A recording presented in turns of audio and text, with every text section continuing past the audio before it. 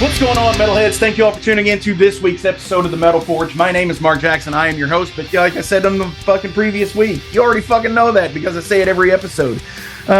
This week, as you can see already in the gallery, we have a couple people in studio, and it's not that weird fucking red light like everybody used to like and everything, but just couldn't get it to fucking work today.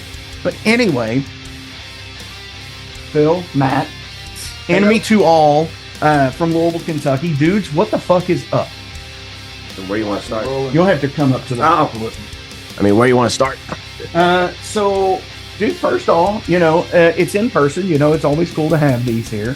So, like, how's things? How's the big city treating you all, Louisville? It's been pretty good to me. I would say we've been busy with the band a lot, working on the new record, doing shows, which 90% of the time we haven't even reached out to do. People have reached out to us, and we take them as they come. But we've been taking some time off here and there to work on the new record, and it's been going pretty well. Drums are almost finished. I actually laid my first 2 tracks down the other day, and we're digging where it's going. Oh, hell yeah. Yeah. So obviously we're here to help promote some shows. Obviously, when this is airing is going to be the day of the Goodwood show. Even better. At Whiskey Row. And then the following night at Highland Tap. Hell yeah. But so we'll post a flyer of that here. I have it right here, as you can see. We'll post that. It looks cool. It looks like a movie poster. I love that stuff. I mean, honestly, it kind of looks like the Evil Dead. That's only exactly. with the horns. And just the way, you've got the address on there. It looks like credits. It looks like starring and all that stuff. So I love that stuff. I love that aesthetic and things. Like where you can cross over mediums and just do some rad stuff. I think it's a testament to and not like a testament, but love testament.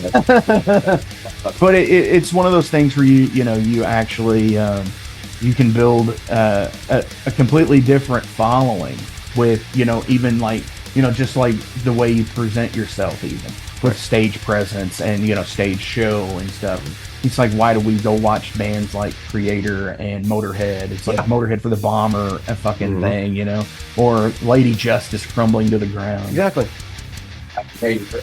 Yeah, I mean, and all different kinds, dude. Like, Louder next. I know. And what's so crazy about that is it's like the first time in like 43 years. So it's like since like Number of the Beast. That was the last time they played Louisville or some shit. It's like 1985. I can actually tell you the last time that they were in Louisville because my dad was there. Yeah, doesn't remember. And the last time they were there in Louisville, they actually opened for fucking Dio. Yeah, so it was 82, 83 kind of era. Yeah, it was way early. It's a long time ago. And people are like, why? What do you mean why? And yeah, but the thing about why is just like, to me, it's because we're considered fucking flyover country, and I hate that. But the thing about it is we're also in the middle of like the big circle of places: St. Louis, Indy, Chicago, Detroit, Nashville, Cleveland, Cincinnati, Nashville. And that's really the thing. That's how it's pretty well played out anymore. And now with there's a central tour spot. There's the downside too, is a lot of these bands that are on the 2nd and 3rd and now 7th and 8th fucking stages at this show. 160 bands over 4 days. Too much. Yeah, it's fucking insane.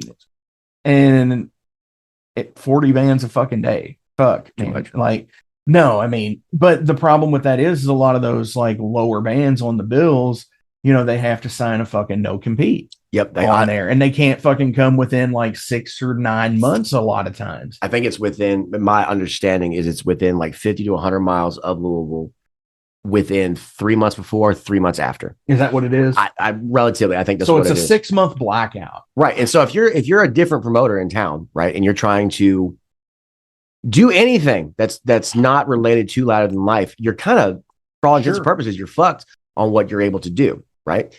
But on the Iron Maiden thing, man, like, and I have to tell the story every time. Iron Maiden is the sole reason that I'm even like sitting here in this chair for whatever reason. Like, my father accidentally got introduced to Number of the Beast in 82 by his friend on a vinyl record. Fell in love with it. At the same year, it was the same year that Screaming for Vengeance came out, right? Yeah. So Priest and Maiden back to back.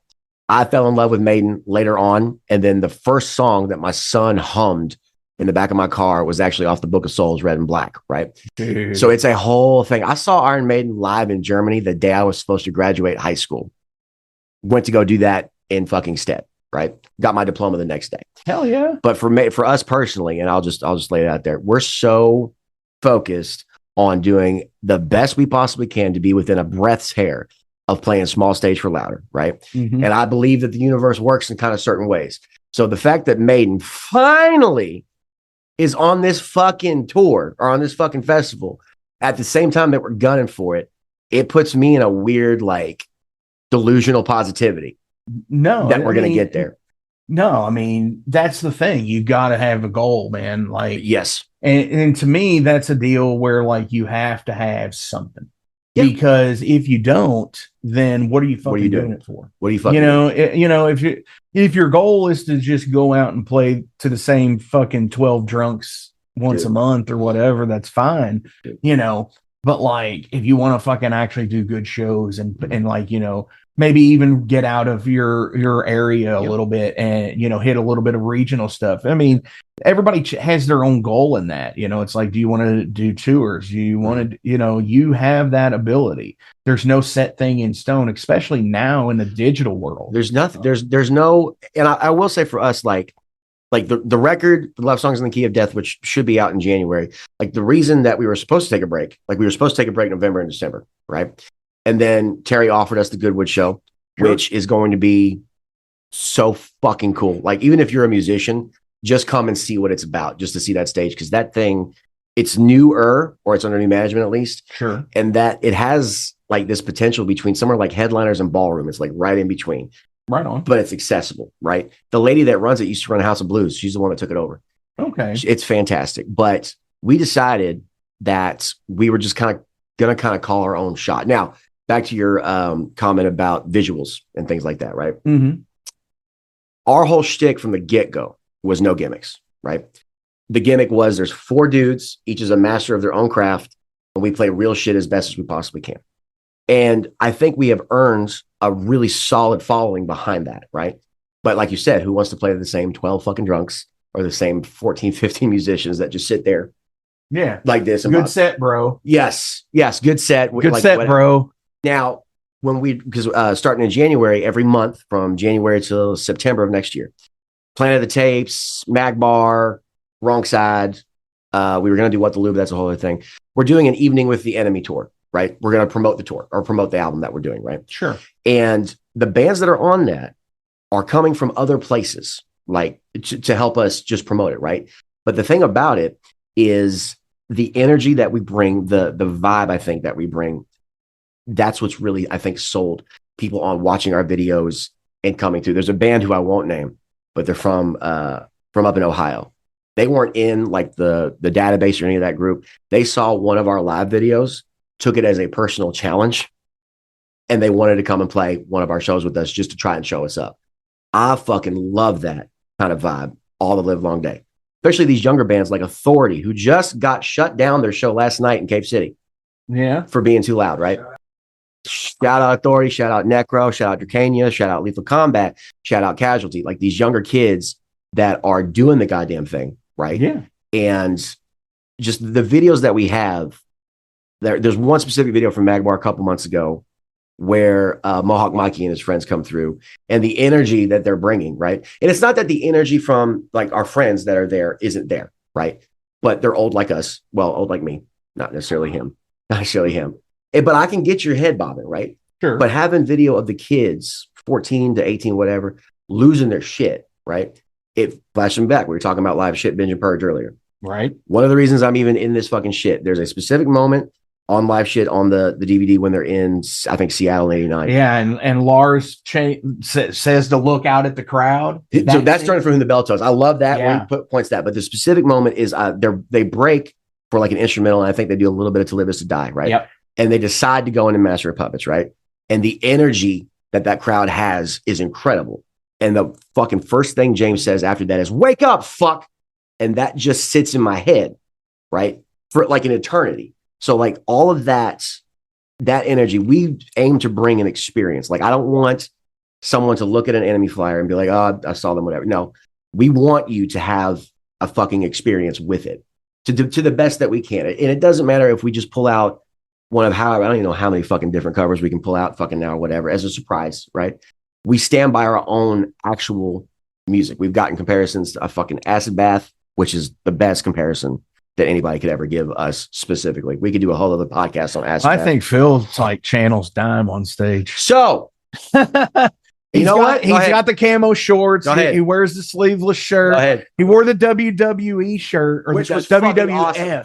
The scratch logo shirt. Fucking awesome. Yeah. At the show at Z-Bar. And believe it or not, man, like the last couple of shows that we have done, we have been like tired or we've been sick or whatever, but there's something that happens, and I'm sure you know, about 30 seconds before you hop on, a light switch just hits, right? And you just kind of go for it. But that has always been our mission from the jump. No gimmicks. The gimmick is the fucking music. Yeah. And the reality behind it.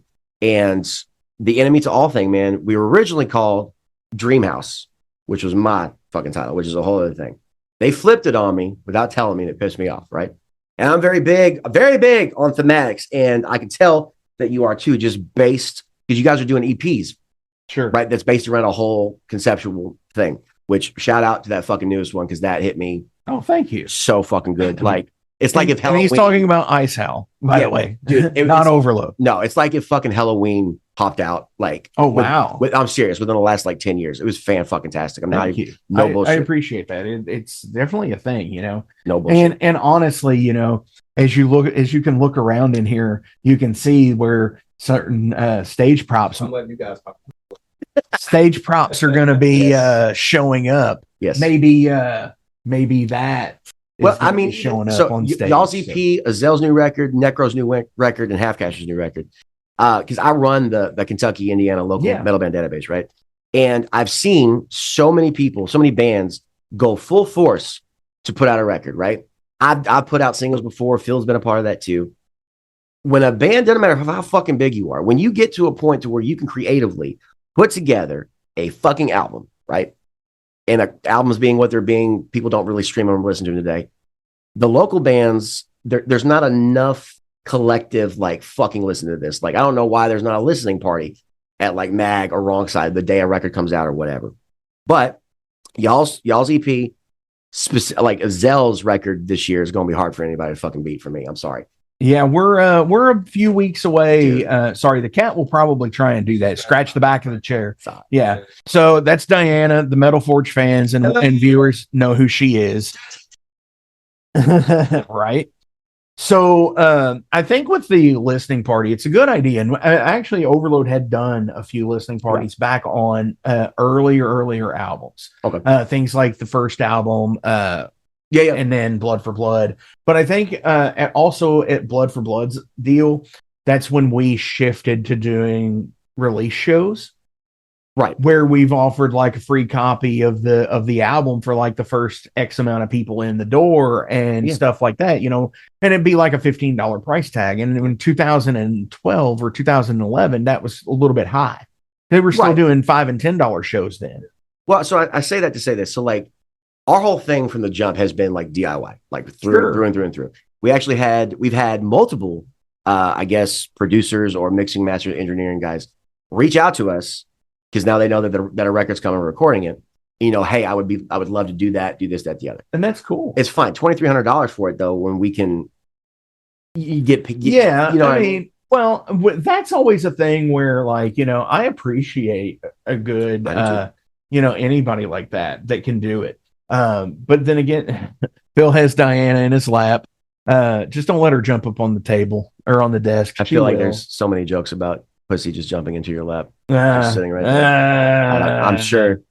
I'm sure. But no, like I get it. But like our whole shtick has been DIY from the jump. We had this band was together and like forming for almost 3 years before that Facebook page went live.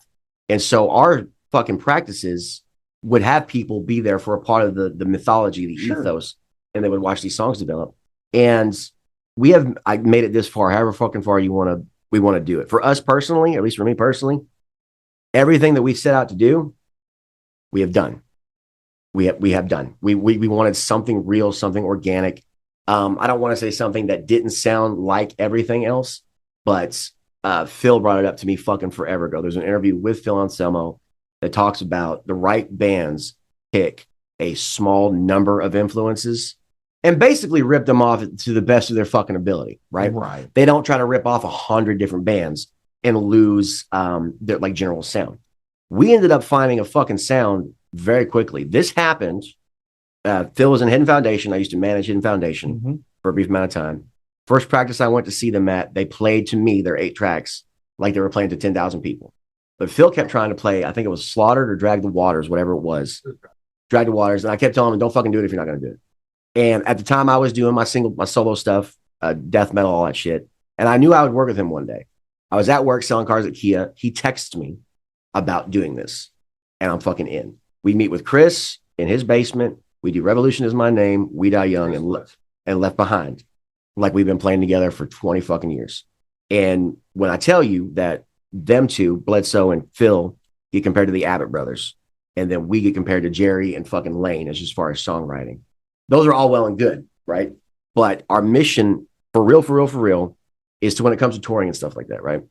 So some of these bands that are opening for us in the next year, there's exchange dates. Like, sure. You know, y'all came up here. Like you do, yeah. Right. And it saddens me that there are bands in fucking Lexington that have no connects up here in fucking Louisville. That makes no sense to me, right? But just to branch that out. So that's ultimately what we've been trying to accomplish, is just start the best that we can. Network. The network, a fucking movement. That's what I think was the main point of him, Matt, creating that whole page he's created. KY/Indiana Metal Day.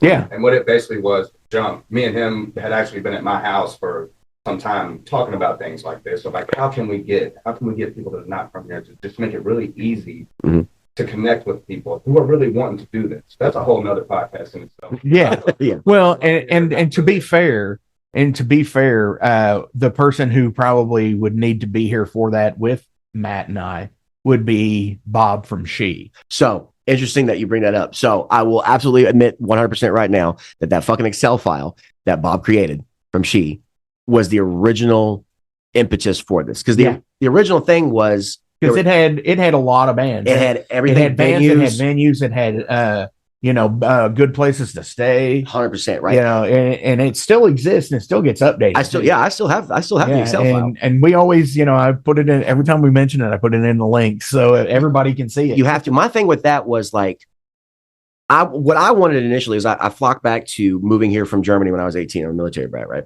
Mm-hmm. In Germany, metal is fucking absolutely king. There's like Hasselhoff, and then like Scorpions, Creator, Blind Guardian, and then the rest. Yeah. Right. So when I get here and I'm looking for like local metal bands, right? I can't, this is 2008. I can't fucking find anything. 2, or they're like, it's impossible to even figure out, right? Sure. So I spent a lot of time. I think I reached out to y'all. I reached out to every major band that had played Metal Monday when I went back through their events. And I just reached out for basic band bios. And then that initially was like a link tree or whatever. And then let me just do a group. So there's 200 some odd bands that you can literally in the search bar type in an influence, type in a style, and you'll get those kind of bands and where they're from. Yeah. And then it developed more and more than that.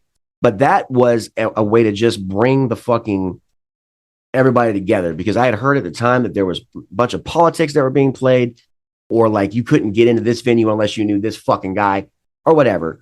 Fuck that.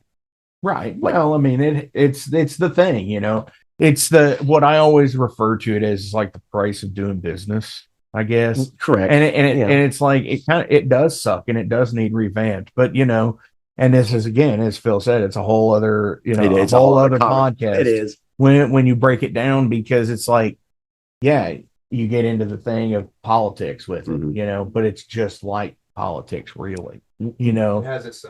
It really does. It does. It was really trying to circumvent that, because like when I think about us, we've never, you can take it as an ego thing or not. We have never, not once, asked for a show. We have been asked to play shows. We have been asked to hop on bills. which we take a lot of pride in, right? You should, because that's the thing. It's like, if you're being asked and there's warrant there behind it, And a lot of that initially, when we were initially booking, had a lot to do with Phil's background, a lot to do with Chris's background.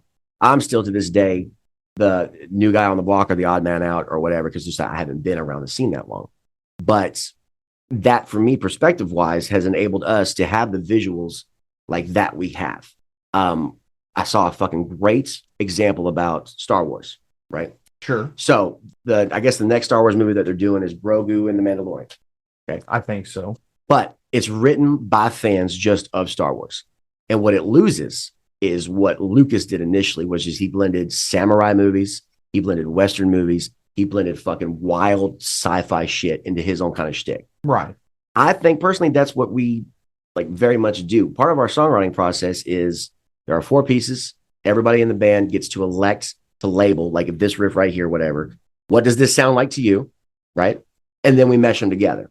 There's no, like, this is a verse, this is a chorus. We don't do that first. We can't, because the way he fucking writes. Or like this goes with this. So it can be. So like, there's a riff for a song that we'll do that y'all will fucking lose your minds on called Gravesite, which is way down the road. That initial chorus riff was a doom riff that I wrote fucking like 2 years ago. Right. That just came apart, right? It had no intention of being a chorus riff.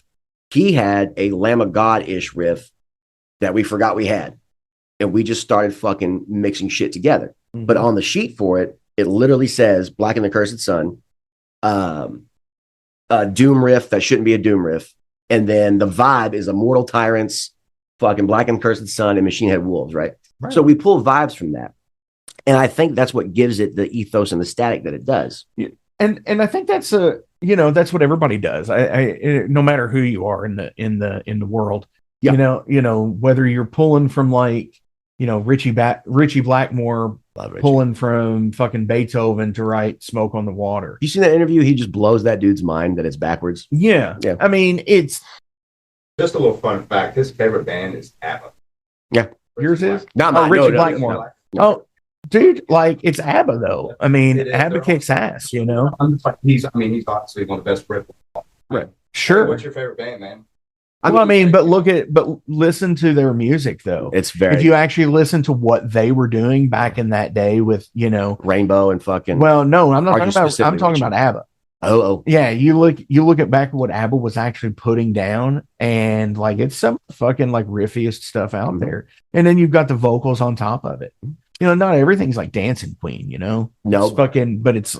I mean, on top of that, a lot of old rock dudes and metalheads like that in that era are totally fucking big fans of ABBA. I don't even think metal. This again, my personal opinion. I don't think metal is a sound. Like I know you can like it's a state of mind. It's a state of mind. It's a vibe. It's a vibe. Like Michael Jackson. That's why I was singing Dirty Diana earlier. Dirty Diana, fucking solo on Dirty Diana is metal as all goddamn fuck, dude. Love that shit. Love that shit. I mean, Ghost. Well, I mean, it was Eddie Van Halen who did the for Beat It or no for Beat It. Yeah, and it was for free. Yeah, he didn't think that album would go fucking anywhere, right? But like Chino from Deftones, his favorite band is Depeche Mode. Yeah, right. Randy Blythe doesn't even fucking like metal. Fly out there, Matt like Chino. I do a little bit. Yeah. I do. I'm about to fucking button up and do that for real. Like I really will. But like I've been so obsessed since I was a child with this. Like it's rough. It's not rough, but like I tell my mother all the time, like I just haven't stopped doing bullshit vocals in my attic when I was 12. Like I used that's to. I mean, that's the idea, dream, man. Like it's the only thing in my life. I quit a million things, but music is just always been there, and I've never wanted to stop. Right. It's the only thing in my life. So same, like I took off like 9 months when I did. That's the most time I've never had a band since like 1996 or some shit. Like when I'm like kids band, like learning with my friends kind of thing. You were 1 year old. Sorry, he was 1 year old. Yeah, he was. I wanted to put that. He was 1 year fucking him. But so wait, you were in 95? 95. This shirt is 97. Fuck you, man. I'm 88. Oh, but that's okay. Our biggest thing when there was somebody and he didn't get the reference, nobody puts baby in the corner. He doesn't get it. Yeah. Okay. Anyway, it's cool. Look it up. Music's the only thing that also hasn't quit me. Like, my musical journey started when I got published by writing poems when I was 9, right? And I realized just lyricality, that's my main fucking thing. You could ask them, don't talk to me about titles. I have to run through them, like titles and stuff like that. But I'll have pages and pages and pages of why. Like thematically for Love Songs, right, in the Key of Death, the whole record is centered around this idea of, one, we wrote those songs quite literally in that house, probably like we were in a bad state, right?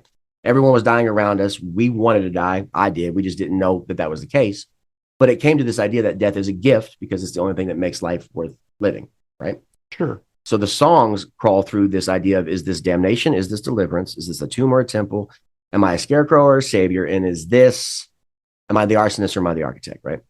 I thematically, lyrically have to have all of those attached, right? I can't just do, hey, here's our best songs, fucking, here you go, right? And luckily enough for us, as we develop these songs, they progressed in the same way that we play them live. So there's a maturation that you can hear, right, as we develop. But that's how I started. And then the first time I saw fucking Disaster Pieces by Slipknot, I took a toboggan, and I took another toboggan, ripped it to shreds, stapled those shreds to the other toboggan, and was Corey Taylor in my fucking attic. That's all I'm doing is just being. No, but speaking on the maturation part of it, which we're actually taking part in right now, we're actually going to put very first scratch tracks, complete song scratch tracks. We're going to put those on Spotify as demos. As demos, and then when we have the actual album, we're going to put those on Spotify so you can see how they progress. Yes, sure. Right. I don't feel like a lot of people do. No, I don't think so. I feel like a lot of people are very. I mean, it's out of the box. I mean, and you've got to be comfortable with, that's the thing of being comfortable with your progression in art, and that's awesome. Well, I mean, think about it, right? So, like, when there's been deluxe releases of like Ride or Master or whatever that have 1,000,000,001 additional tracks that's got actually on Justice demos, and sometimes they're not even demos, they're fucking James with his single track, right, doing that. I love shit like that because for me it demystifies and allows me to be like, oh fuck, it's just a regular dude. It's a regular fucking dude. Yeah, that's what we are, regular fucking dudes. We're on stage, as you mark, and just look like we just we don't look like we should be playing it. Just an average person, which that in itself has its own message. Like anyone could do this. It's just how bad do you really want to do it? We want it. That's what came up with our recent slogan. We're actually releasing a limited edition T-shirt, and it's what we say. What we like to believe we're doing for a lot of people is keeping the sound of the other ground above ground. So, hell yeah, we're just bringing the underground back to us. Definitely. Like the whole. That's why I'm glad we finally got to do this podcast with you, because you are an old school dude and you're a historian too. Is like the same as I am. A lot of the shit that we're doing, to be perfectly honest, is the way fucking it was done in the old school. Yeah, it really was. And I do think too many people are too concerned about what their final product is on Spotify, whatever the case may be. But when you have, like, I call them our day ones. There's people that have been literally with us since first practice. When they pop for a song now, it's like the coolest thing in the fucking world to me. Like when I call us Personal Judas or whatever, it's one of our day ones is like, fuck yeah, awesome. Right. That's really, really cool to me. And we don't shy away from doing covers or like homages. We have a pretty link. The same way that fucking Metallica did. Yeah. Because how the fuck it's a natural thing. I mean, it should be. Yes. Yeah. I mean, there's always that thing of bleeding your influence. Like, I mean, Overload's done some covers, back in our day, we've done some Judas Priest. We've done some Kiss. We've done, awesome. We've done some Motorhead and Black Sabbath and all kinds of shit back in the day. Yeah, I mean, and it's fun, and like it does, like even back in the day doing shit like Bark at the Moon and fucking like Miracle Man and yeah. Yeah, I mean, it's fun. Or Godzilla, that's a fun. Yeah, fuck, man. You fucking rock the BOC, dude. Like, Fucking honestly, when I'm getting like on the metal arm here. Yeah, I'm doing some more like in between stuff, and like I thought of the idea of just like if anybody has like an insignia. Like the upside down, like question mark cross that Blue Oyster Cult does, like just like putting it like right here, or just those fillers in between, just like the filler stuff, and just like so, yeah, you gotta love that. Numbers in themselves, it's kind of funny. That's what makes me bring this up is because I ran into this young cat at work that I work with, and he's in his own band of his own. He was going through some problems, this and that. His band was on the verge of breaking up, and he's really down. Like, man, and he told me about it. I'm like, look, man, if you're going to do this, stuff like that's going to happen. But then he came up and asked me, he was like, well, how did your band, how did y'all start writing? What was y'all's formula? Which we have none. Sure. But I just looked at him, I was like, dude, when we first all got together, we just jammed songs that we all liked. Just to see, and the way I like to describe it is it gets you in the feel of playing with songs. Correct. Okay, so let's jam a song we know. Let's see how we are together on a song we know. Let's see if we can really pocket it. You know what I'm saying? So when this band first started out, I was really adamant on making sure we picked the right songs so we could see how we want to perform together.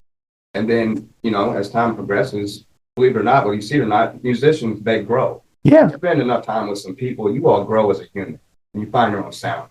And that's ultimately where we're at right now. And what's cool about that too is like, even in the off chance of having a member replaced, and I don't know if this has been a thing with you all, if you've ever had to yet, or if it's ever going to possibly hand around this guy's neck. I mean, I know you've been in other bands, so I know you know what it's probably like to replace members, or be a replacement member. Damn drummers. Yeah, those two. Yeah. Or even still coming in from maybe being a second or third guitarist in the line, because I don't know, were you one in my previous with Eddie projects? Well, that's one. I mean, in the rest of the bands I've been, there's always been two. So this band's actually the first band I've been in. Well, I mean, like coming in like after it, like out of a 2-guitar band and one guitar player leaves, and then you come into so you were a replacement of another guitar player. Okay, cool. So you know what it's like to do that, to come into a band that's already established and they have songs and stuff, and then to be that and just that's the other part of it is how fluid things change. Where you might have somebody that comes in and it will then change your dynamic again. Right. And that's so awesome. So like, that's where like, I guess bands that do like have regularly changed, like guitar players like Kiss, for example. Yeah. Where they've had so many different people, or Ozzy had many different guitar players. Yeah, I know. Right. Ooh, careful there. Don't want the records falling out. Yeah, and it's the Ice Out one too. That's your sign, Mark. Yeah, right. Bring it back. So yeah, like, but that's a cool thing to like hear the different dynamic of what a different member could bring in. Because, well, from Overload, for example, I'm the only original member. Yeah. So Mike is the replacement drummer, guitar player, drummer. Mike. Todd is the replacement guitar player, drummer, guitar player. Yeah. Or drummer, guitar player. I mean, we have yet to be at a point to where, well, I'll take this back. The band hasn't broken up 4 times. I have been kicked out 4 times for reasons that we can go on later on down the road at a different podcast, right? Is it, hey, hang on. I want to interrupt. Is it because of LSD? No. Other drugs. Yeah, other drugs. No, lead singer's disease. No, you know what? I love that. No, y'all tied it together perfect. I love that. Love that. Good. But yes. But yeah, there was a lot of, I had to honestly just become a different person and grow up. Honestly, is what I had to do. But for me, like, again, it's rare. It's so fucking rare and I've worked with other bands and all kinds of stuff. It's rare when you have someone that, like, lyrically, thematically, conceptually, sound wise, I could sit with him, give him a riff. And I'll say this all live long day. There is not a song that Enemy to All will finish that starts with a riff that can't go to Phil first. It has to go to Phil. Just because of what he... Well, I mean, he's the guitar player. Well, he is, but just like I could bring a full compositionally done song. Okay. But until it gets to Phil, and it gets his vibe on it. And then Chris right behind it has to jam to it, and then so on and so on. And then I have to do the vocals over it. We have yet to experience the dynamic of a completely different change yet. And trust me, we have been at each other's throats to the point to where it's like, fuck it, we'll just find somebody else. But then the whole thing that we're trying to do falls apart, because this is not, at least for us, is not just a fucking band thing.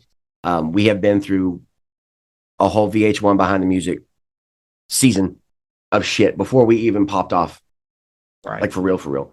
So the reality of that is there. The dynamic of that is there. I know for a fact that when I'm on stage with just the mic, I have a whole fucking force behind me, right? That I don't have to worry about hiccups. I don't have to worry about mess ups or whatever, because I know they'll be caught or they'll be routed into whatever we're doing. So I'm blessed as all fuck to have enemy. And the whole fucking name behind it is we're enemies to all, because we have been enemies to ourselves for so goddamn long that I would rather be your enemy than mine any other day of the week ever again. That's the whole ethos behind it. Hell yeah. It really is. And you know, when we get off stage, I get fucking, as soon as I get off stage, hey man, nice set. What about your guitarist though? Or what about your drummer though? Right? I have to do that all the time. And I've been doing that since Phil was in Hidden Foundation. But the at least compliments I get personally are, it's like, holy shit, are you okay? And that's what I want people to genuinely feel on there is, yeah, I'm in the moment of those songs, because those are songs that lyrically I've written. I remember the moments of them. Rope was written in a fucking mental institution on the back of a goddamn coloring book with a crown. Like those, it's real. And I think that's what really attaches people. I think is I'll if I have a wireless microphone, I will get down off stage and I will get into your face and in the crowd. I've done it, dude. And that's like I said, you know, it's part of the show though. The show, yes, and that's part of the ethos behind it, and that's what it should be. So we're gonna cut to a video, okay, and then we're gonna do a thing and just come back and that's fine. Do some general questions about you all as people, and that'll work. I need more water anyway. And kick ass. Hell yeah. We are enemy to all from over the bridge here in Louisville, Kentucky. Thank you for coming out and hanging out. This song is called Love Songs in the Key of Death.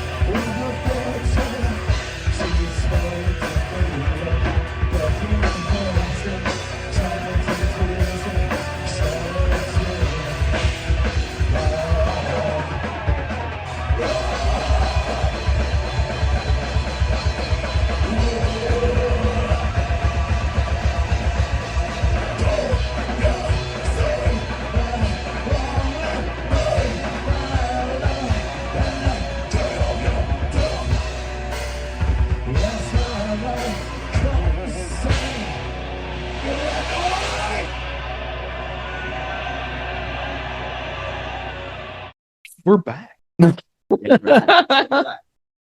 Oh, that's a good album too. I'm gonna hang on just a second. Good. We're good. Yeah, we just kind of took another break. So I mean, nobody's really gonna know because it's all gonna be edited out in post anyways, right? Because that's how we roll, right? So no, just doing the things and the stuff like when you got into this is like derailed. General profile questions about you all as people, whatever you all want to, it's like whatever it hits, right? So like when you were young and you first started playing music and you got into music, who was your band that you first heard and you were just like so jonesed about hearing? Fuck. You can go ahead first, Phil. Like, because usually there's one. Like, oh, well, I can. For me, like I got into like seeing Dazed and Confused. Okay. Yeah. And then seeing the mythos of like what Kiss was. Okay. And just seeing them like where they painted the thing and you got that fucking rock and roll all night fucking drum beat. Yeah. That fucking starts in the fucking when they're getting ready to do the party and shit. Right. Right. So like, and then it's like, what the fuck is Kiss? And it's like this fucking makeup thing and before you realize about Gene Simmons' capitalism. Best and one of the greed, best business and greed and fucking I want to own the money back. But no, you pretty much answered it for me. You're asking the band that got me into playing guitar. It was Led Zeppelin. Some of the first songs I learned, ironically enough, because they're in no way, shape, or form easy songs. But there were like 3 or 4 Led Zeppelin songs that I learned to play at first when I started playing. But I feel like I started really late. I started at 16, 17 years old. Yeah. So I mean, I think it's later than some, but I don't think it. There's other people I've seen that never picked it up until they're like in their like 20s or some shit, and then they just get the bug, and then it's just like there it is. Then I don't want to take too long after that. Got into metal music, and it's predominantly listening to. But I still love all that old stuff. Well, yeah, and the cool, and I'm from a mind where it's like, I don't necessarily subscribe to a one or the other thing, like, because it's like either it's Metallica or it's Megadeth or it's Slayer, it's either you can only have one, and it's not fucking Highlander, okay? There doesn't have to be only one because I like my Zeppelin stuff, dude. And honestly, one of my favorite fucking Zeppelin songs ever, and I'm gonna probably catch shit for this, is Trampled Underfoot. Why? It's fucking fantastic. Well, but it's that thing. It's like it's like the Metallic thing. First 3 albums, rather, for Zeppelin. It's not fucking left on the side. Because once you get to fucking Zeppelin 4, and then you've got Stairway to Heaven and everything, Black Dog, and but. Yeah, so for me, I love and I love like Lemon Song and Tangerine and they're all great fucking songs in the early stuff. But I like it. Do I like it as much as Sabbath?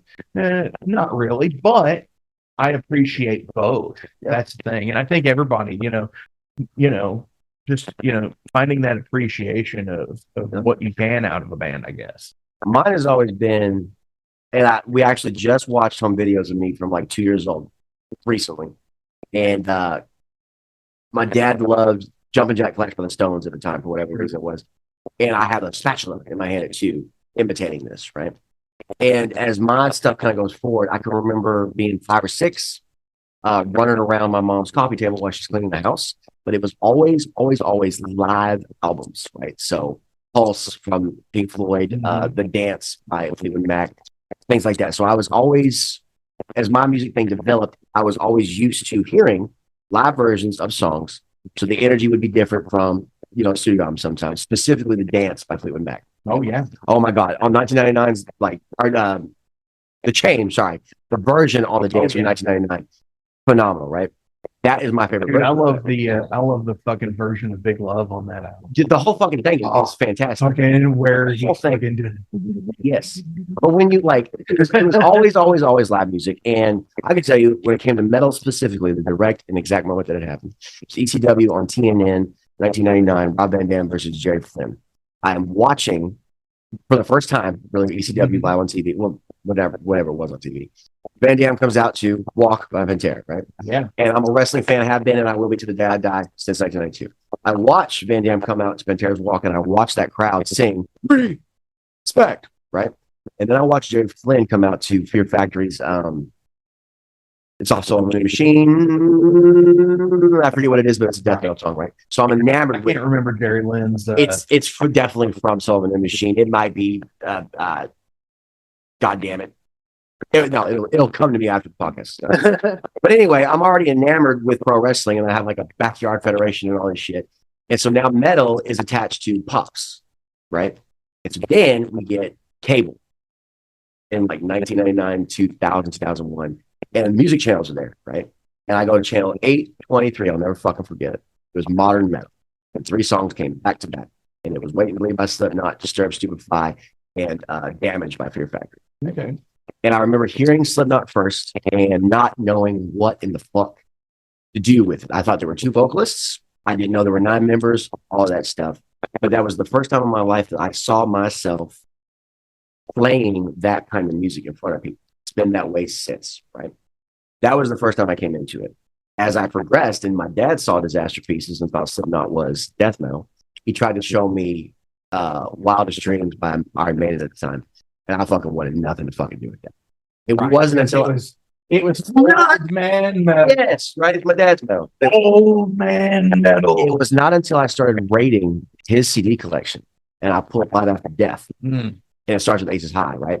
And then I hear Maiden live. You might find it down there on the shelf. Sure, I will, right? But I fell in love with that. And then it got to the point to where I was so obsessed with this idea that one day, actually it stems from, we saw a play in London. It was a Queen-based play where the basic premise was actual music had been like outlawed. And the only thing that you could do was like digital fucking whatever music, right? And there's these kids that find Queen's old records and they come back or whatever. So since I'm like 16, I had this idea that I wanted a massive fucking vinyl collection of the best of the best of the best of the best of heavy metal, right? So I got to be like that kind of elitist asshole for a long, long time. A long, long, long fucking time. But doing that and listening to these records that other people said were good or that massive people said were good or whatever, it gave me this sense of like, I can kind of tell off the bat. And I have this theory that the first 3 songs on a record will probably guarantee whether or not that record is going to be good or not. 100%. If there's no skips, right? But that was my first really integration into it. And then when I found respect for the older things, because without that, I wouldn't be kind of here where I am. And then I started integrating specifically Cradle of Filth. The lyrics were damning. Like, I had to research that shit. The Maiden lyrics, I had to research the history of those. Behemoth, Nile, fucking all of those bands that did those kind of things. That's what I started integrating into my own lyrics. And you can ask Phil. There was one time when Phil told me I need to stop imitating vocalists because everything that's on my personal YouTube channel was a cover and I sounded exactly fucking like any of those vocalists. And I would stop whatever I was doing.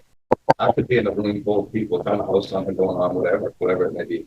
And I'll hear something, I'll hear a song that I know, you know what I mean? And then I'll listen real closely. I would stop what I was doing, walk and find him and be like, this is you singing. He'd be like, damn. But back to what he was saying, he did, it was a habit. He loved imitating people on finally, you know, when you start damning somebody, eventually you gotta find your own. Yeah. And I can remember the exact song it was. It's from Can to Can't. So Corey Taylor vocalizing for that sound of whatever fucking thing that Dave Grohl and them did. Sure. Sound City, right? Yeah. And he listened to it. Which is a great documentary. It isn't. I love that. And I would love to, you know, just to have experienced that. What that's like.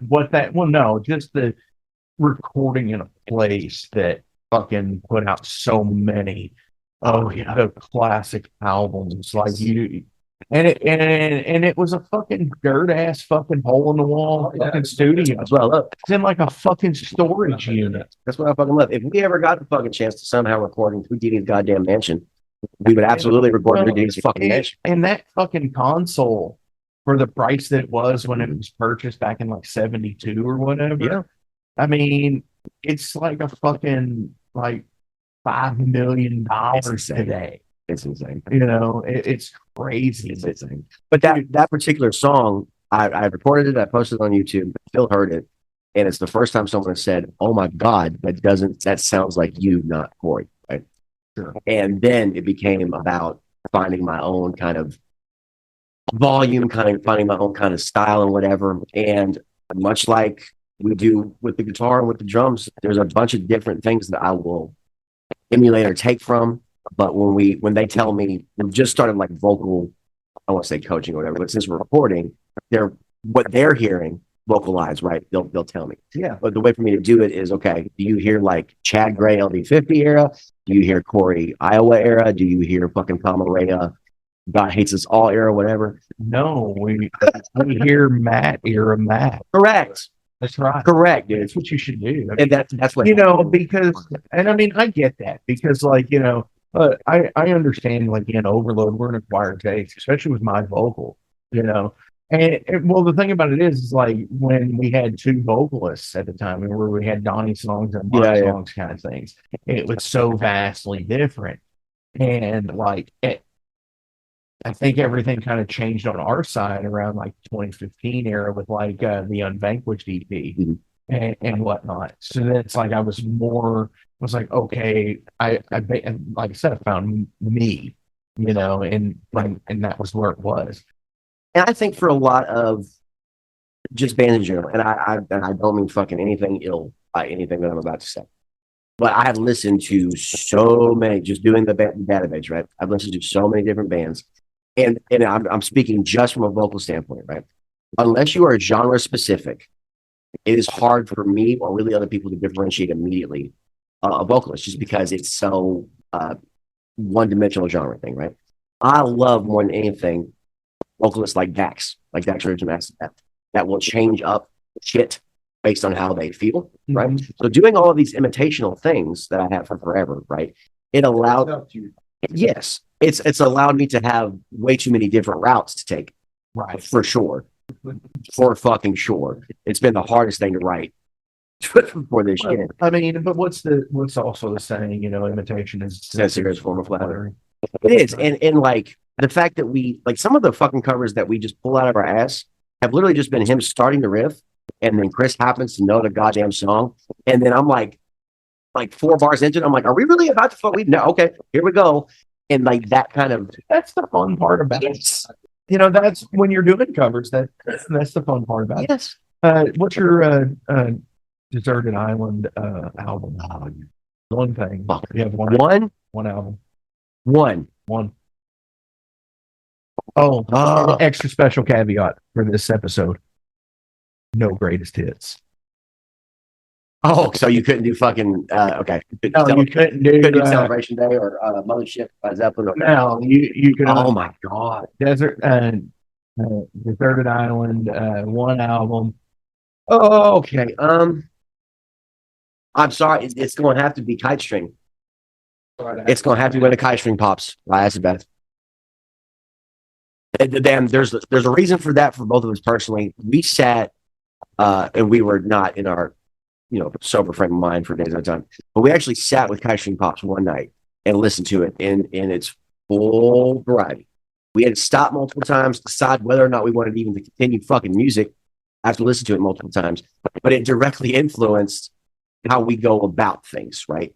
And no matter what frame of mind I'm in, Kite String, I can always fucking go back to start from Blue, go to Cassie, and it just doesn't miss. And we actually have the belief that we manifested Acid Bath coming back.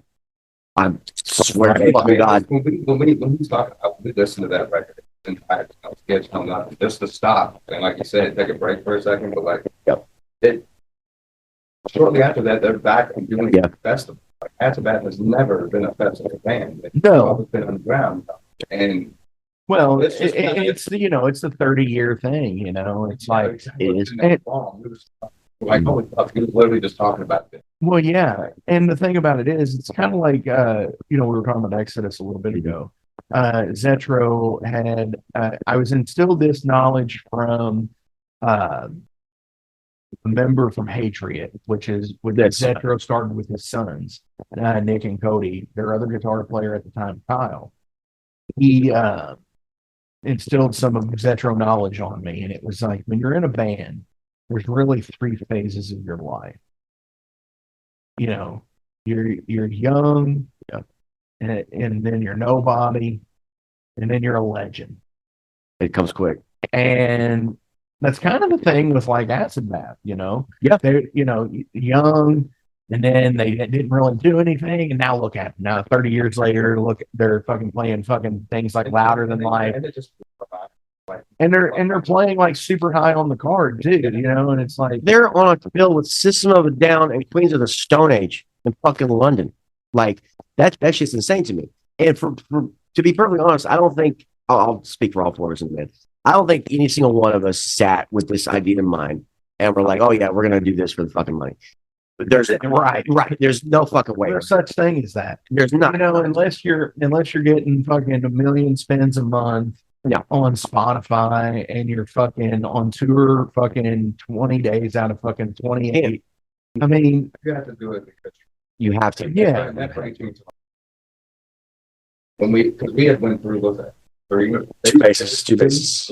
We had been through a couple, and we were on this. We were like, all right, fuck this shit. We're gonna make sure that we get our bass player. This is our guy. And Ronnie, he's been around the scene with everybody. He's a band or It is. What I'm getting at is Ronnie, and a lot of people's eyes, he's able to do a lot, but he might not be the best at something. But He loves it. when he plays it, you can tell that he loves to do it. Yeah, sure. To me, the love for the sport versus just all the time being worried about talent or basketball or what, love always outweighs that. Right. Yeah. Sure. No, and that's part of it too, It's like, if your heart's not fucking in it, or you're just going through the motions, playing fucking chords or whatever, or playing scales, it's like, yeah, there's people that get off on that, and there's people that dig it, but like, no, like, so like in at any given point in time in my life, I can hear it. I can hear music all the fucking time. Like even right now. There's something playing in the background. Oh yeah, it's. I'm not the only one. Yeah. No, I don't I know. was talking to him about that the other day. And It drives me fucking nuts some days. Yeah, and it's just like, a constant riff that's going on that, and for me, what the bane of my existence is I have guitars all over the fucking room, and you can see that on this episode because it's not all red. I even have banjos and shit. But like, for the life of me, I can't pick up my guitar and play what's going on. I can hear it though. And it's just like it's constantly in the background. And it's just like, but then very once in a while, I'll catch it. Yeah. That's it. Yep. And it's like, and those became like overload songs or methods of bass versus, how I get my offhanded way of playing bass and stuff like that. I believe in that. Fucking ridiculously true. Again, I'm a big history buff. That's again another fucking podcast another time. When it comes to the Greek muses, okay, I genuinely believe that at a certain point in time, the only reason I practice beat guitar, beat vocals, is so when the muse decides to hit me, I can channel it. Right? Sure. That's really fucking it. So I will sit here and say I don't write songs, and if I sit and write a song, I guarantee you it won't be something that gets produced. Sure. It'll be something It'll that end up is being something like poetry instead. correct, and that's where a lot of stuff does come from. And I get that. I'm that same way when I write lyrics and everything. Same. Couple more for you. Yeah. What would be your last meal? Pizza. Fucking pizza. What kind?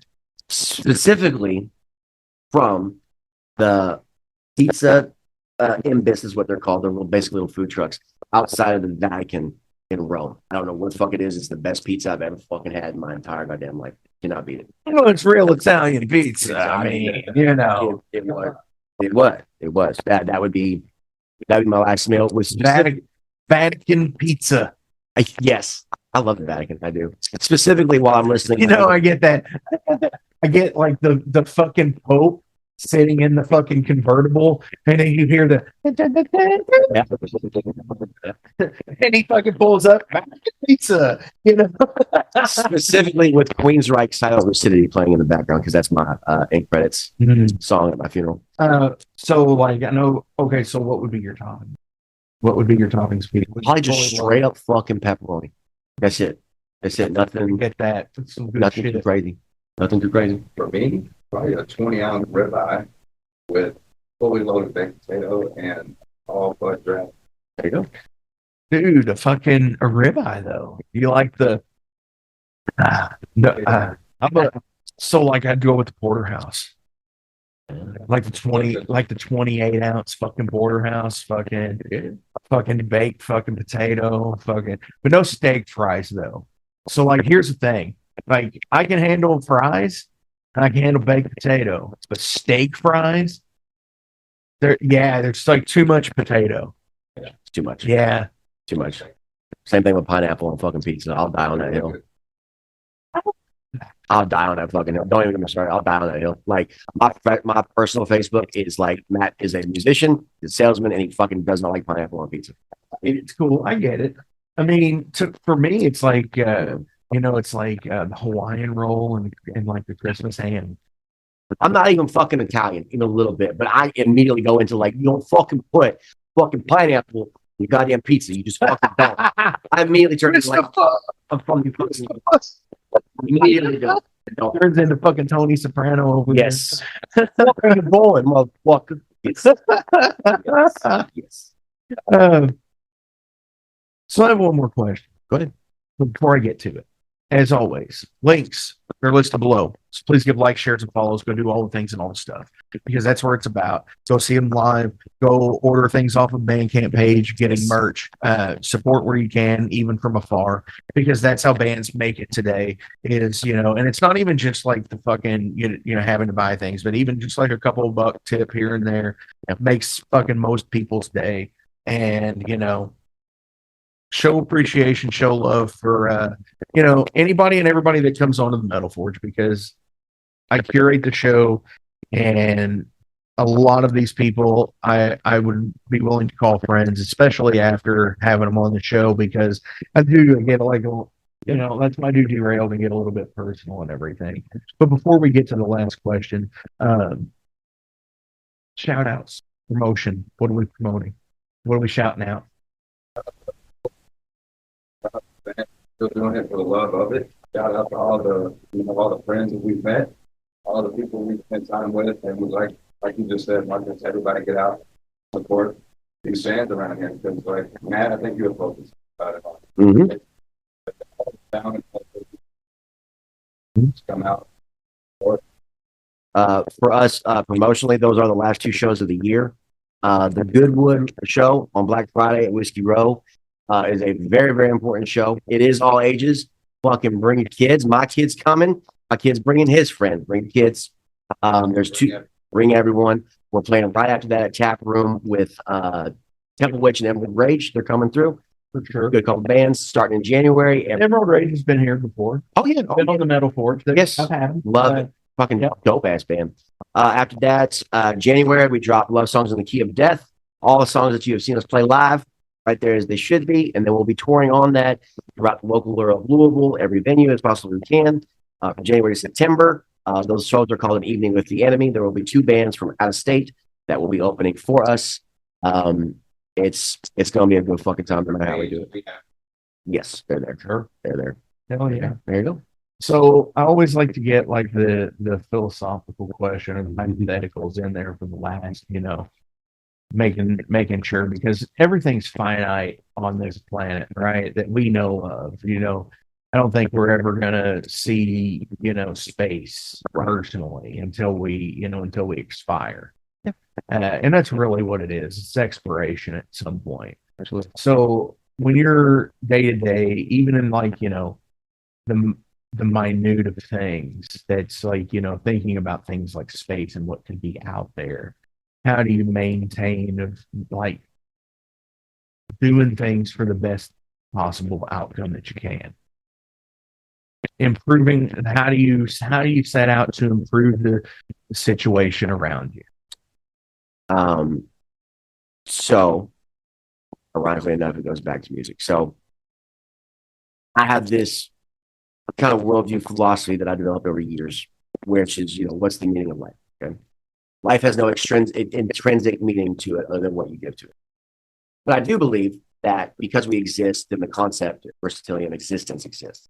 So I believe that we only exist in order to like experience what this is on planet Earth, right? I mean, the way I do it is this. When you turn off the radio, right, song doesn't stop. It still goes back into the signal, back into the ether, whatever it is. So all of us, for all intents and purposes, are playing the same cover song, just in our own fucking individual way. So when our signal gets cut off when we die, that signal goes back into existence in the experience that we have. So the way I go about things is music is so goddamn fucking important that you can listen to the actual frequency sonically of the planets. You can do all that. The first thing that babies in the womb develop is hearing. It like the first thing that humans developed, not writing 40,000 years ago, with fucking bone flutes that we can still play. Music is the way that you communicate. The way I think about doing things and leaving them better than what I left behind them is when we're gone and when we're dead, right? And all of this is really just avoiding the fact that we're going to die, right? But the only way that you can avoid the fact that you are going to die, even though death is a gift, is to have a dream, one that you are willing to catch your death before you actually catch the dream, and then leave behind whatever that is to the people that love you or to the people that will find it later. Edgar Allan Poe died on a goddamn park bench drunk. Most of his shit wasn't really appreciated while he was alive. Lovecraft too. Dickinson the same way, right? Those were my heroes to a certain extent. If they did it for the love of the fucking game or the love of the craft, and got their flowers for all intents and purposes after the back end. So as long as I'm doing things for, It's because it's easier to appreciate somebody after they've died. 100%. If you can always say, "I remember them." Yeah. I waved their flag then. You know? Right. And for me personally, like book of poetry or all my notebooks that Phil's been through, like those are the things that matter to me. And those are me just communicating with the greater spheres of influence or whatever you want to call them. You can call it God, you can call it witchcraft, you can call it whatever the fuck it is. But the last thing I do before I go on stage every fucking time, and I mean every fucking time, is I say, I understand and embrace the feeling, in fact, that we are the best band this night at this stage on this time, and we will deliver the best show. I walk around doing that. And even if it's like, it's not a magic spell, but it puts my brain in a position of, we're going to fucking put it on. I get that. You know, I have mine that I do as well. Yeah. I have my little ritual before every stage. Every time I go on stage, I wet the hair, and I say it's time to go to work. I get a little manic around the venue, and I start pacing around the venue, and I listen to the same 2 live songs every time, and then I get into that fucking mode. He'll tell people, that's my vocalist, he's fine, leave him alone. That's happened. I can love to get back to and then Talking to some people. it's like then he'll come walking past and just strolling along, and then he's just Getting in. just yelling, getting in the mode, and everybody's looking at him.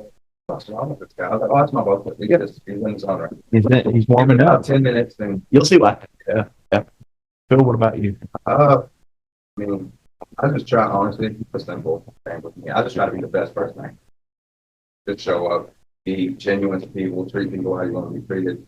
But much like Matt said, my gift, I have no other, I've done so much research in myself, so many journeys spiritually, and like music really is my conduit to get through the people. So music is going to be my gift. Like it's literally me just coming through sonically to you. The things I can't explain to you or I can't get across to you in real life, then that will be another one. So I believe that's the gift I was given. So I just try to do the best I can and write for people. Yes, gotta have it, yes. Yeah.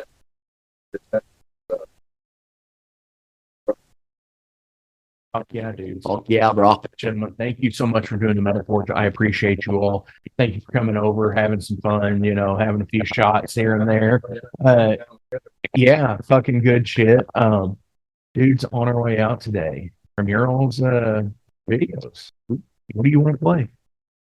There is a couple of videos on YouTube that I would probably pull the old Adam. Old Adam? Old Adam. That is a fucking thrash goddamn banger. No, it's wrong side. That is a fucking thrash goddamn banger about the end of the world. because it's the soundtrack to it. So you might as well get with it. Hell yeah. So here it is. Oh, man. Enjoy. Yeah. This song is about the end of the world. This is called Old Yadam.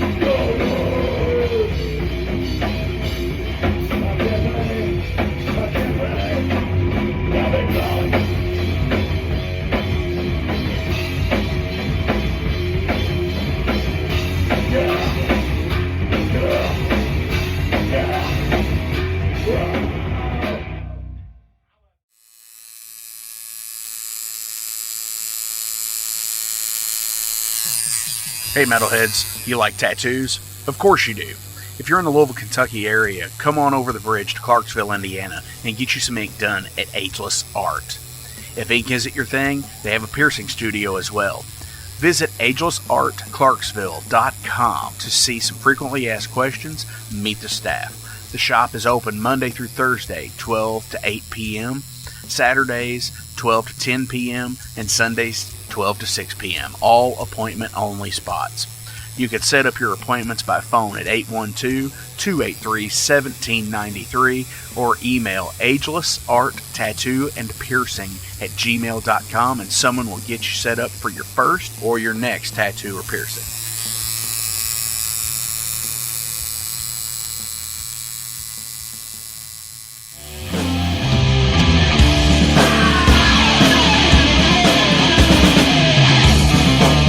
Hey metalheads, after going to a rager, what's your ultimate go-to? Mine is totally pizza.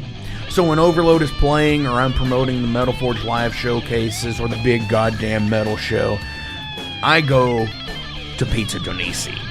Pizza Donisi is gourmet artisan pizza from right here in Louisville, Kentucky. It features things like the pizza of the month, the sandwiches, and also vegetarian and vegan options, which is so totally fucking cool for all of it's awesome pizza. You definitely want to go. Hey, and also from time to time they do cannolis. Oh, so fucking good. You know what they said, man? Leave the gun, take the cannoli. Yeah, just like that in Godfather. They're located right next to the Mag Bar at 1396 South 2nd Street. So either stop in or call in at 502-213-0488. They're open till midnight.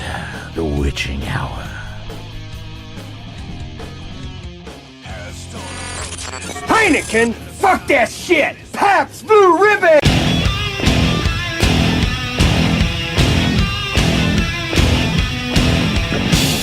Hey metalheads, you all hear me talk about Mag Bar all the time. It is the home to the Metal Forge live showcases and is an integral stop in the ultimate underground metal tour schedule. They obviously feature live music, but the Mag Bar also has daily specials like Pint and Slice Night on Tuesdays with Pizza Donisi. But they also do Bring Your Own Vinyl on Thursdays with DJ Kent Jackson, and Finer Things Sundays. Located right next to Pizza Donisi at 1398 South 2nd Street, open 3 p.m. to 4 a.m. 7 days a week. Get your asses out to the Mag Bar. Rock out.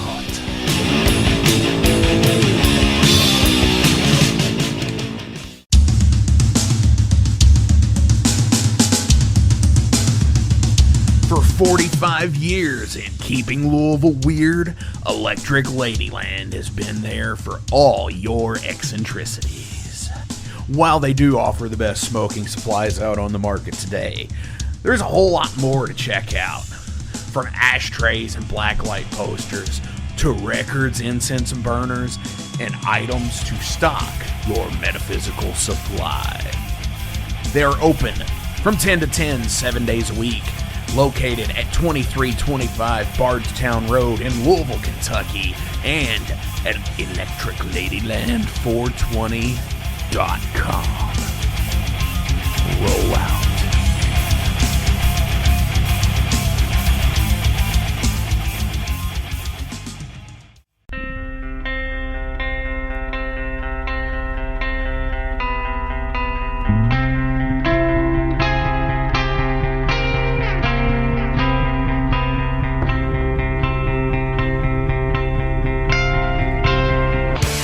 In 2017, one man's vision and passion for all things metal started out as a record store in his house.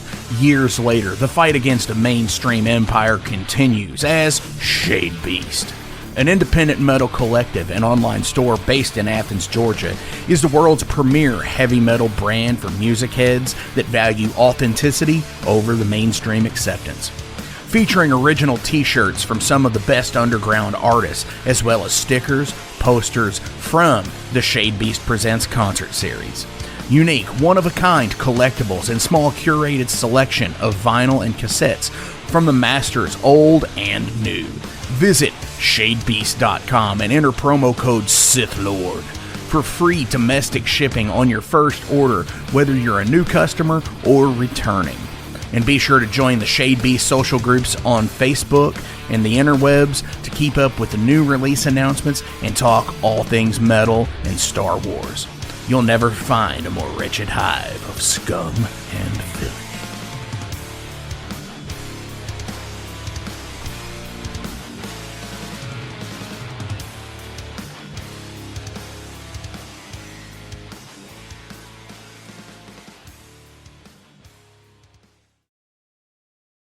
Welcome to the night. You think you know Night Demon? Then the Night Demon Heavy Metal Podcast is for you. Step into the darkness as we peel back the curtain to give you an unprecedented, all-access look into the mind and the heart of the demon. We're talking band history, song analysis, studio anecdotes, stories from the road. It's everything a diehard Night Demon fan could want and more. This is the only place to learn the inside scoop, the deep dive trivia, the untold tales from the band members themselves and those closest to the Night Demon story. Need more? The Sacred Night Demon Crypt will be pried open to reveal demo recordings that have never before seen the light of day, all with in-depth commentary by the band and the people who were there for the writing and recording process. This is a gold mine, a treasure trove of all things Night Demon. Head over to nightdemon.net or wherever you listen to podcasts.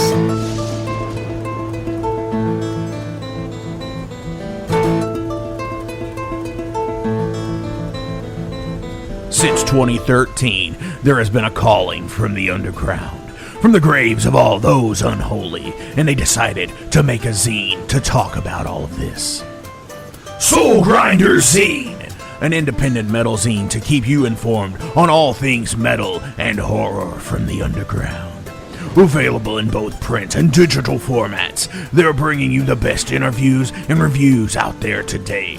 Not only do they do the zine, but they also do compilation CDs. Check them out at facebook.com/soulgrinder.zine and start your subscription now.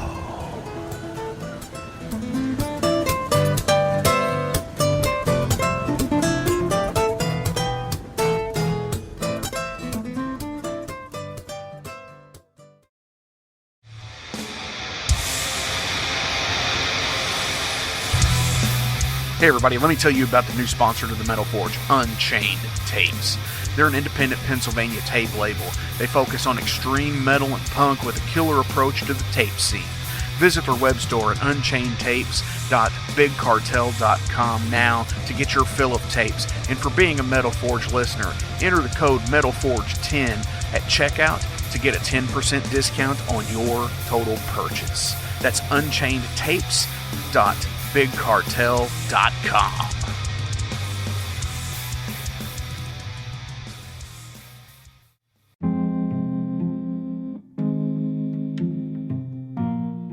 What's up, Metal Forge fans? This is Alan Bishop, the alchemist of Indiana's Black Forest and head distiller at Spirits of French Lick.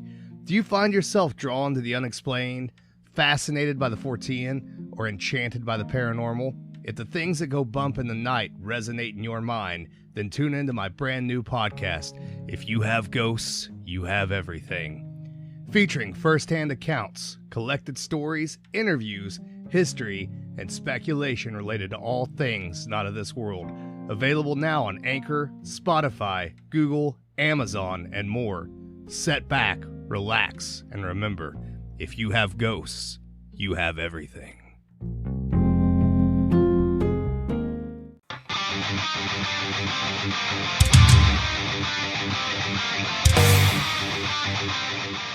Hey, let me tell you guys about Mercenary Press. They're an independent London label and distributor of all things metal. Mercenary Press delivers the goods from their own independent zine. Trust me, you're going to want to get in on that. To distributing various bands from all over the world, including Cramp from Spain and Sadistic Force from Texas. Visit mercenarypress.bigcartel.com to find out what all they have in stock and what you can order. And for Metal Forge listeners, enter code METALFORGE10 to receive a discount on your total purchase at mercenarypress.bigcartel.com. Check it out now.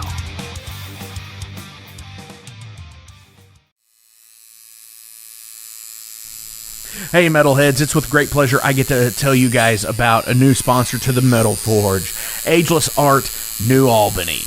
After 20 years of owning and operating Ageless Art in Clarksville, Indiana, Phil Garrett had a vision for a new type of tattoo studio. Something that is clean and modern, sleek, refined, inviting. And he's done just that with Ageless Art in New Albany. You can find it at 2736 Charlestown Road, New Albany, Indiana, 47150. Business hours are Monday through Saturday, 11 a.m. to 7 p.m. Sundays are 12 to 6. All sessions are appointment only, so give them a call and go get you some new ink. Or if it's your first time, go get your first one, baby. In a broken wasteland, come to my fire.